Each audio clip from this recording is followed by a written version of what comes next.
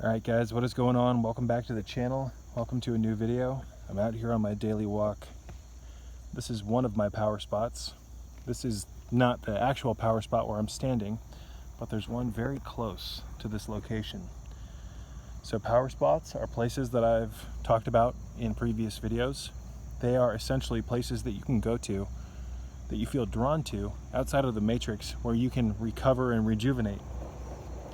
So I've said multiple times that getting outside of your New World Order kill pod, also known as your home, and going and getting some direct current energy from the earth is really crucial. You're going to feel better. You're going to be exposed to the elements, ladies and gentlemen. You're going to be around all the green. The green has a very profound effect on your consciousness. Everything that you take into your eyes has an effect on your brain and your chemistry, ladies and gentlemen. And we were designed, whether you like to believe it or not, we were designed to spend a lot of time outdoors around the green. The Creator seems to love green. Am I wrong? It's everywhere. It's all around us. So, check it out, guys. Getting outside on a consistent basis, spending more time out in nature, is going to help slowly reposition your assemblage point as well. So if you want to learn not only about the assemblage point, but about power spots as well, check out Carlos Castaneda's books. A great book to pick up on the assemblage point is The Art of Dreaming. Although I recommend that if you're new to Castaneda's work, you pick up the book, The Teachings of Don Juan. In that book, Don Juan Matus, or Matus, the Yaqui Indian sorcerer who is fond of peyote, as well as the little smoke and Datura anoxii. You need to read the book. He's very fond of something known as the little smoke, as well as peyote, which he refers to as mezcalito. But he also in that book talks about Datura. In fact, his teacher, Don Juan's teacher, was very fond of the power plant known as Datura. So, which I believe is also called Jimson weed. It's been a long time since I've read that book. You can get it on, look at, you guys check it out. It's a good omen. But enough of Castaneda's work, enough about talking about that. You should check it out, however. There's a lot of information in those books that can really help you out. For me, those books and reading them and listening to the audiobooks were like little metaphoric medical packs on the journey of recovery from the Kundalini waking up in my system. It's funny, when the Kundalini ignited in my system, it taught me and showed me a handful of things, but there was a lot of trauma involved with the amount of voltage moving through my system, with everything that I saw. And it's funny, it's almost like the Kundalini energy mapped out this life for me after I experienced it. And every so often, there would be these little things that would show up in my life that really helped me integrate what I had learned. Those experiences or those things that came into my life might have been books, for instance, Carlos Castaneda's books. Certain people would show up in my life at certain times. So, anyways, guys, just a brief little message. You can really help reprogram your mind, and you can do a lot of great things in a power spot. And power spots, they kind of find you in a way. So what I would do if you're looking for a power spot and you don't have one is I would recommend going into your inner temple, asking your subconscious to help you find a power spot. And then when you feel the urge to go look for one, just go for a hike. Listen to your heart and just follow your intuition. And there's a good chance within a few days you'll find a spot that really speaks to you. Power spots speak to you. You don't necessarily pick them, they pick you. And once you find a power spot, ladies and gentlemen, that is it's a battery recharging location. And you can do a lot of great work in a power spot if you utilize it wisely. So I have a handful in California, and I have a few here in Virginia. And you can go to your power spot, ladies and gentlemen, if you're feeling frustrated, if you need to find insight or develop insight into something that you're confused about. What I like to do while I'm fasting is go drink my potions in my power spot and or break my fast in my power spot. You want to get a lot more out of a fast, ladies and gentlemen? Break your fast in a power spot. Breaking a fast in a power spot allows you to derive a hell of a lot more power from your food in your fast than if you were to do it or break your fast underneath the fluorescent lighting. Cannot stress this enough. You're also going to learn more about the effect of food on your system. If you're eating out in nature in your power spot, you're not going to be inundated with artificial lighting, and you're sure as hell not going to be bombarded with the electromagnetic fields to the degree that you would if you were in your home. And there's a good chance you're not going to be listening to the radio and being distracted by television and all the other nonsense bullshit that people do while they eat. You'll be able to relearn to appreciate each bite. You'll realize if you quiet your mind when you eat, when you break your fast, or just when you eat in general, if you're in your power spot and there's an absence of sound other than the sounds of nature around you, you'll be able to, if you listen quietly and calm your mind down, you'll be able to learn the power that each bite has. You're literally programming your food with each bite. It's an act of, you're programming your food to go down into your cauldron to become you, ladies and gentlemen. But here in the Matrix, people, they eat in front of televisions, they eat while they're listening to the radio, and you need to quiet your mind so that you can listen to yourself while you're consuming. So here's the thing, if you have no control over how you eat, what makes you think that you're going to be able to have control over other things in life? When food and how you eat is like a foundational prerequisite to everything else. It's how you recharge yourself. Well, not entirely. Sleep is truly how we recharge ourselves. And as I've been saying lately, we need at least 9 hours of sleep, preferably 9.5. In the early 1900s, ladies and gentlemen, people slept 9.5 to 10.5 hours. And since then, as the light bulb has become more advanced, it's allowed us to stay up way later. And we don't get anywhere near as much sleep. And that's largely why the health statistics are in an all-time low currently. Imagine that. Imagine that.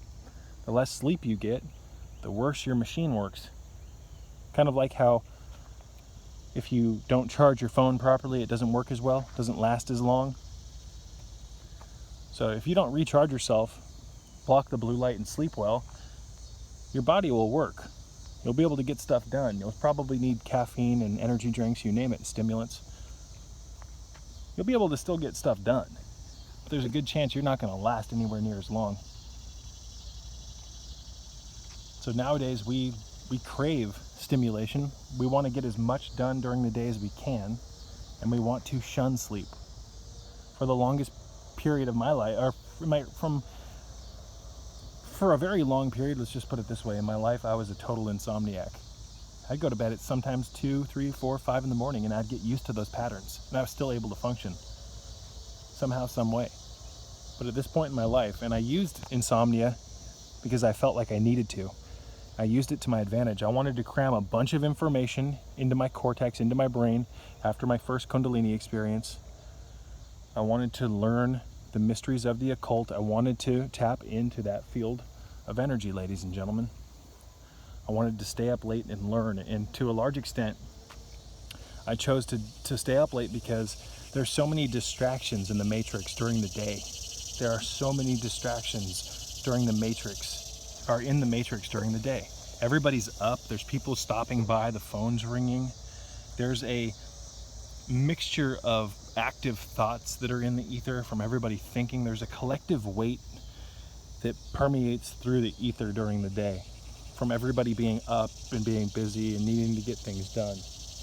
I hope that makes sense. The Matrix is largely most active during the day. It still has its humdrum during the evening, but it's nowhere near as active at night. So someone who wants to learn a lot of information can utilize insomnia to their benefit, but it should only be done in structured, regimented periods. And there needs to be a recovery phase, and I'm currently in that recovery phase. We need a lot of sleep, ladies and gentlemen. Especially after years of being exposed to the New World Order's grinding effect on our consciousness, on our bodies. We're highly stressed here in the Matrix, largely because we don't do things like this anymore. We don't come out in nature. I mean, goddamn, when I was younger, I used to love going outside with my friends. That's all I used to look forward to. Crawdad fishing, coming to places like this and swimming, going out on boats. And it's funny because ever since then, I've noticed that the younger generations, they're less interested in that stuff and they're more geared towards electronics. And they're even pushing this in the school system with using iPads, teaching, especially here with COVID, everybody indoors doing school stuff online. And it's just, I don't want to live in a world like that where everything is done through a fucking piece of electronics. You pay your bills online, you Skype with your family online, you go to school online. I mean, everything is online nowadays. The internet is taking over. But right after high school, or right around the cusp of when I graduated, I became a lifeguard. And I was a lifeguard for years, and I just naturally noticed that the younger generations were becoming more and more hooked on like Game Boys and these handheld devices. You know, to watch children be more eager around a phone than the sun and the pool and, I don't know, just human interaction. It's very strange to me, but that's just me. I'm not saying that these devices don't have a role, because they certainly do. But it's getting kind of ridiculous, folks. And it's getting kind of ridiculous because more and more people, and the quote-unquote the experts, are beginning to push this even more so than they were prior. People are starting to think that technology is more advanced than the bodily technology that we have and the technology of nature. We've been led down a path and we've been told a disgusting lie. And that disgusting lie is that we need technology to become better versions of ourselves. When in reality, we've been sold a bill of goods and we've been taken out of nature and we've been disconnected from the power of our energy field. And the Kundalini is the technology that will literally allow us to advance into the future. It'll allow us to take the next leap into evolution.